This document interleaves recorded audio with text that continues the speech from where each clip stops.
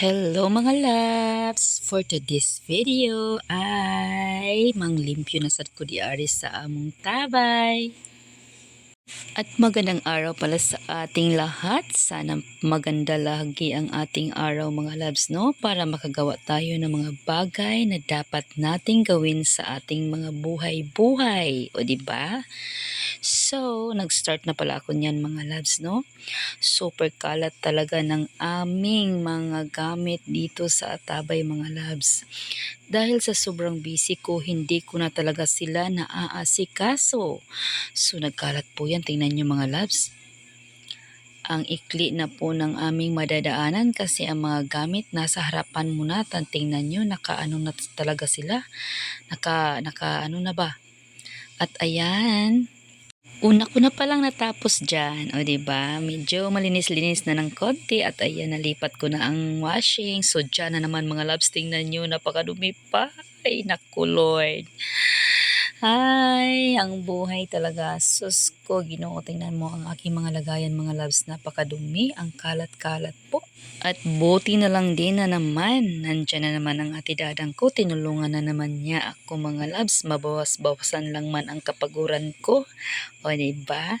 So kailangan talaga nating palaging malakas mga loves, uy, para dito sa gawaing bahay, na minsan ko lang talaga siya dyan, maano ba, mapapansin kasi nga palagi naman ako sa tindahan, so ang tindahan lang talagang lagi kong ina-arrange, so hindi ko na namalaya na ang mga gamit ko, nako, napakadumi na, ang kalat-kalat na, nagkalat na, hindi mo na alam kung saan mo hahanapin, kung maghahanap ka, kasi nga nasa ilalim yung iba, hindi na nakikita.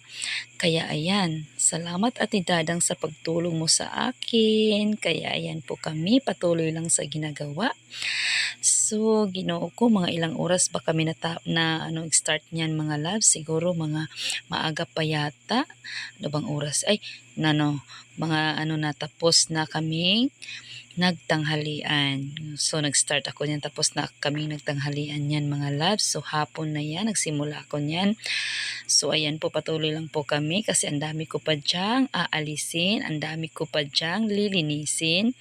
At yung mga lagayan ng mga plato na napakadumi, i-arrange ko pa yan sila lahat. Tingnan nyo mga loves, sus ko, Ginoo ko, kakapoy sa kinabuhi mga loves, oy. Pero kailangan kasi nga hindi na siya maganda tingnan ba. Napakagulo na talaga ba. Kaya naisipan ko talaga ngayon, uy, nalinisan siya, no? Siguro mag-iisang taon na hindi nalinis yan mga loves. Kaya naku, napakadaming dumi. Ang dami-daming kalat. Ang mga basura yan nasama na dyan sa mga gamit. Naku po, at ang dumi-dumi po ng mga gamit. So kailangan ko lang talaga silang isa-isahin sa paglinis at sabnan at lagyan ng hypo para naman pumuti ang mga gamit. O di ba? So ayan, nagtuking-tuking pa kami niyan mga loves para tanggal stress ba.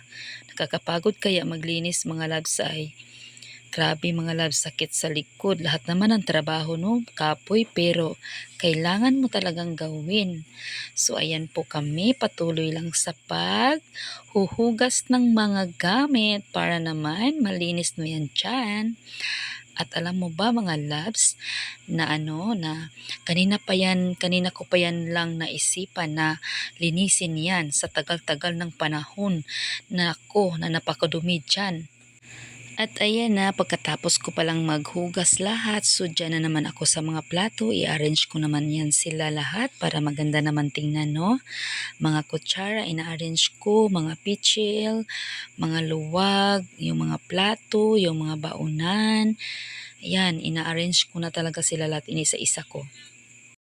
Ay, sa wakas, ayan na po mga loves, pakita ko sa inyo, di ba? Malinis na, o di ba? Gabing-gabi na yan, bago ako malinis, bago magkaganyan ang aking mga gamit.